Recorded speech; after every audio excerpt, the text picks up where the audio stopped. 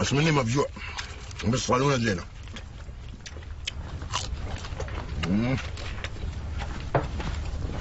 عمر تلحقني؟ ايوه انت عقل. الصالون الدياية مسوونها هندي لكنها غالية، تعال مد يدك عشان اكسرها. سالفة اخوي مسعود طلعت سالفة كايدة. وابوك ابا شو مستوي؟ شوف ابوي عروف، هذا بيت اخوك مسعود.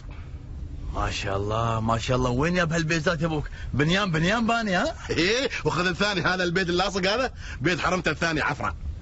زين اقول عمر الحين حريم اخوي حلوات، يعني الواحد يسوي يتزوجهم؟ وابوك ابا شينا ما بتكشف على حريم، طول عمرنا اشوفنا براقعنا ومتغشيات. ايه بعدين مسعود اخوك ما شاء الله عليه جميل، اكيد بياخذ له وحده حلوه، وانتم ابوي الجمال في عائلتكم مخلف بارك الله فيك. ايه باخذ له وحده حلوه قطعه.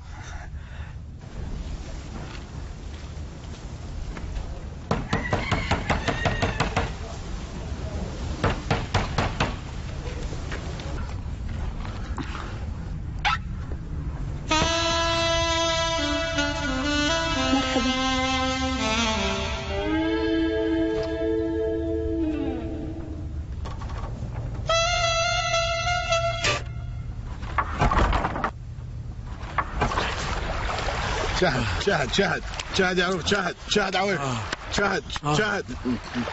اشهد ان لا اله الا الله. تخف في دينك عني بتشاهد يا ابوك. اشهد ان لا اله الا الله.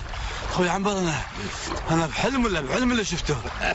انت في علم، لكن تراك فضحت لك قدام البنيه يا عروف. تسوى الفضيحه وتسوى قشران الويه، تسوى. نعم نعم.